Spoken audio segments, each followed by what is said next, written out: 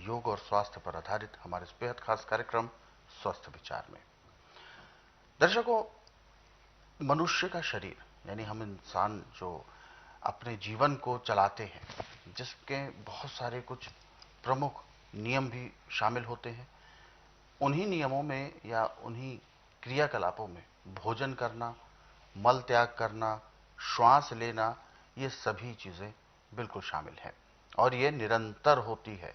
इसमें गैप नहीं किया जा सकता, इसे डिसकंटिन्यू नहीं किया जा सकता, क्योंकि इसके बिना शरीर नहीं चलेगा। और ये सब करना इसलिए होता है ताकि शरीर हमारा ठीक प्रकार से चले, ऊर्जा भरपूर रहे और हम अपने जो मूलभूत आवश्यकताएं हैं उनकी पूर्ति के लिए काम कर सके, कार्य कर सके।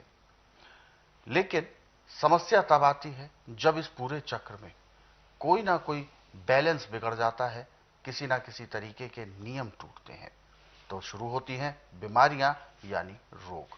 और ये रोग जब भी उत्पन्न होते हैं तो बहुत परेशानियां देते हैं, लेकिन शुरुआत इनकी सामान्य तौर पर होती है। बस उसी सामान्य तौर पर जो शुरुआत होती है, उसी स्टेज पर अगर हमने पहचान लिया, उसे परख लिया कौन सा रोग है और फिर उसका हमने कर लिया उपचार, तो हमें रोग होगा ही नहीं।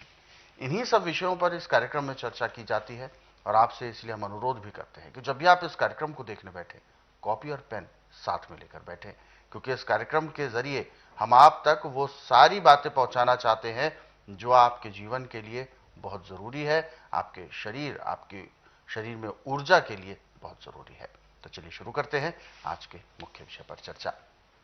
गुरु जी, आज के इस अंक में हम एक ऐसी परेशानी के बारे में बात कर रहे हैं जो ओवरऑल जब हो जाती है तो व्यक्ति अपने शरीर में बहुत कमजोरी भी महसूस करता है और बहुत ज्यादा उसके अंदर कमजोरी के साथ साथ निढाल भी हो जाता है जब, और उसका असर सीधा सीधा चेहरे पर पड़ता है। जो चेहरे की लालिमा है वो गायब हो जाती है और चेहरा पीला पड़ने लगता है, जिसे कहते हैं पीला मुखड़ा। और तो ये किस तरीके का रोग है, कैसे शरीर और चेहरा रंग बदल देता है, बिल्कुल फीका पड़ जाता है। देखिए, जब जीभ को टेस्ट ज़्यादा दिया जाता है जी, तो लीवर की पाचन शक्ति बिल्कुल बंद हो जाती है। जाती। जब पाचन शक्ति काम नहीं करेगी तो भूख नहीं लगेगी। जब भूख नहीं लगेगी तो खून कहाँ से बनेगा? बिल्कुल। जब ईंधन है नहीं अंदर तो मशीन चलेगी कैसे? मशीन चलेगी कैसे? बिल्कुल। तो लीवर को ठीक करने के लिए हमारे पास एक नहीं सैकड़ों चीजें हैं, परंतु सबसे जो आसान है वो है खुमानी। अच्छा। और खुमानी अब जुलाई के लास्ट में और अगस्त के पहले हफ्ते से दूसरे हफ्ते तक मिलती है, क्योंकि जैसे आड़ू होता है ऐसी खुमानी होती है। खुमानी का बाहर का हिस्सा भी खाया जाता है और अंदर का जो बीज है वो भी खाया जाता है। अच्छा। आड़ू का अंदर का बीज नहीं खाया जाता, सिर्फ उसका बाहर का छिलका खाया जाता है। और जिसका मुखड़ा पीला पड़ जाए, पाचन शक्ति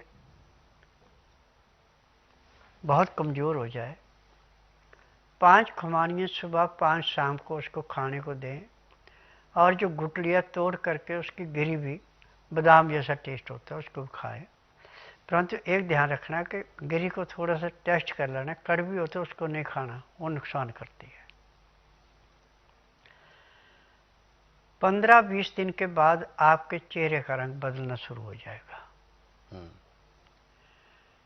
और आपको भयंकर कब्ज थी, गैस थी, वो खत्म हो जाएगी। खुमानी के अंदर का गुण है। यदि आपको अब सीजन खुमानी का नहीं है, खुमानी नहीं मिल रही,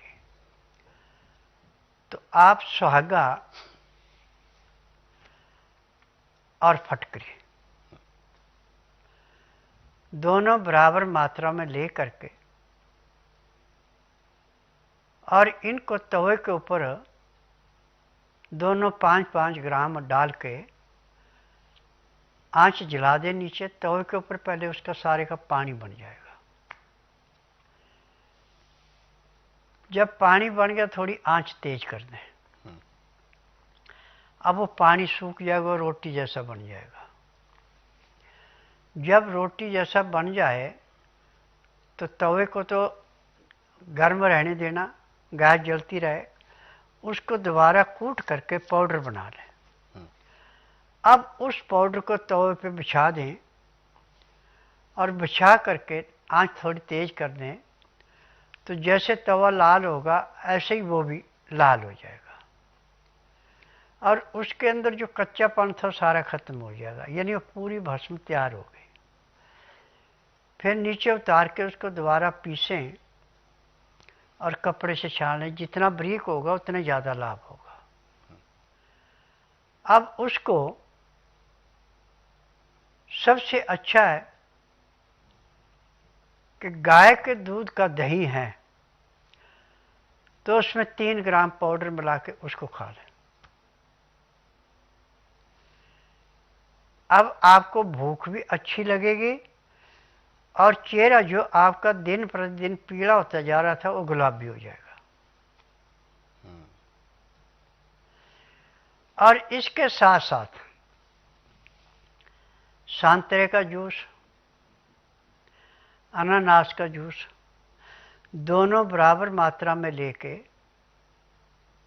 50 ग्राम दोनों होने चाहिए, 25-25 ग्राम, पीने में 20 मिनट लगाने, आपका और भी तेजी से हीमोग्लोबिन बढ़ेगा। जहाँ संतरा नहीं मिल रहा है, सेब मिल रहा है, तो सेब का रस ले लें उतना ही। ये तीनों चीज़ें खून बढ़ाने के लिए एक किस्म का ब्लड बैंक है। और ऐसे भी मनक्के को धो करके और उसके बीज निकाल करके शहद के अंदर डाल के रखें। 2-2, 4-4 मनक्के आप हर 4-6 घंटे बाद खाते जाएं। ऊपर से गाय का या बकरी का दूध मिलता है, सोने पे सुहागा ने सोयाबीन का दूध बना लें, 1 गिलास ऊपर से दूध पी लें, तो आपका पीला जो मुखड़ा था वो एकदम गुलाबी हो जाएगा। ये कारण होता है, बिल्कुल। तो गुरुजी, आप इस तरीके की जो बीमारी है इसको किस नजरिए से देखते हैं कि खून की कमी पीलापन होता है या खून में किसी प्रकार का विकार ये पीलापन उत्पन्न करता है? खून की कमी से पीला होता है। अच्छा। जब लीवर पचाएगा नहीं, नया खून बनेगा नहीं, पुराना खून गाढ़ा होगा, पीलापन आ जाएगा, वो भी पूरा सर्कुलेशन नहीं करेगा। आमतौर पर कितना होना चाहिए खून मनुष्यों का? औरत में 14 यूनिट है, मर्द में 16 यूनिट है। अच्छा। ये है तो वो पूरी जवानी पे है। कम हो गया कमजोरी आ गई, ज्यादा बढ़ गया तो भी नुकसान देता है। तो ये फिक्स है, ये फिक्स होता है, बिल्कुल। तो अगर वैसे भी जिनको रोग नहीं है, जो दर्शक कार्यक्रम भी देख रहे हैं, वो जानना भी चाहते होंगे कि खून की मात्रा बराबर रहे और खून अच्छा रहे, ऐसे में कौन कौन सी सब्जियां ज्यादातर खानी चाहिए या कौन कौन से फलों का सेवन करते रहना? देखिए, फलों से सब्जियों से हमारा इतना संपर्क नहीं, खान पान हमेशा नॉर्मल खाएं, ज्यादा चाट पाट पे ध्यान ना दें। मैदे की चीजें, तली हुई चीजें, ग्रिस्ट खाना, ये लीवर से सहन नहीं होता। हल्के से हल्का खाना खाएं और खाने के साथ लहसुन प्याज अदरक का चाहे सलाद के रूप में लें, चाहे रस निकाल के लें। यदि आप वो ले रहे हैं और 2 गिलास गर्म पानी पी रहे हैं तो जिंदगी में किसी डॉक्टर हकीम के पास जाने की जरूरत नहीं, आपको रोग ही कोई नहीं होना। तो ये इसके पीछे कारण होता है, बिल्कुल। तो दर्शकों, वास्तव में आप यदि ऐसे किसी भी रोग के बारे में परेशान हैं और उससे त्रस्त हैं तो आप इन नुस्खों को करें, बहुत लाभ मिलेगा। हालांकि ये कोई अजीबोगरीब फल नहीं है, बल्कि ऐसा फल है जो मौसम में अधिकतर आपने अपने बाजारों में, मंडियों में उसको देखा होगा और इसे सेवन भी आप करते होंगे, परंतु सही विधि के साथ कैसे सेवन करना है जिससे कि वो फल एक औषधि बन जाए और फिर उसका लाभ आपको मिले। तो ये छोटे छोटे नुस्खे हैं, छोटे छोटे उपचार हैं जिनको आपको याद रखना है। इसीलिए हम आपको याद भी दिलाते रहते हैं कि जब भी आप इस कार्यक्रम को देखने बैठे तो कॉपी और पेन जरूर लेकर बैठें, नुस्खे और उपचारों को आप लिख जरूर लिया करें, ताकि ये नुस्खे और उपचार भविष्य में जब भी आपको आवश्यकता हो आपके उपयोग में आ सकें। और आप इन नुस्खे उपचारों को यदि पढ़ना चाहते हैं या किसी अन्य रोगों के बारे में जानना चाहते हैं तो स्वस्थ विचार पुस्तकें पढ़ सकते हैं। ये पुस्तकें आप घर बैठे कुरियर या डाक के माध्यम से मंगवा सकते हैं। इन पुस्तकों को आपने मंगवा लिया, घर पर हैं आपके, तो रोजाना 5 से 10 मिनट अगर आप इन पुस्तकों को पढ़ते हैं तो यह समझें कि एक वैद्य 24 घंटे आपके साथ आपके घर में उपलब्ध है। पुस्तकें मंगाने के लिए आपको हेल्पलाइन नंबर पर कॉल करना है, नंबर आपकी टीवी स्क्रीन पर है। और दर्शकों, यदि आप इस कार्यक्रम से अभी जुड़ना चाहते हैं तो बिल्कुल भी देर ना करें, हमें कॉल करें या व्हाट्सएप के जरिए मैसेज भेज सकते हैं। व्हाट्सएप मैसेज में आपको लिखना है अपना नाम, उम्र, कहां से बात कर रहे हैं और पूरा सवाल। तो चलिए आगे बढ़ते हैं और जो मैसेजेस हमें भेजे हैं,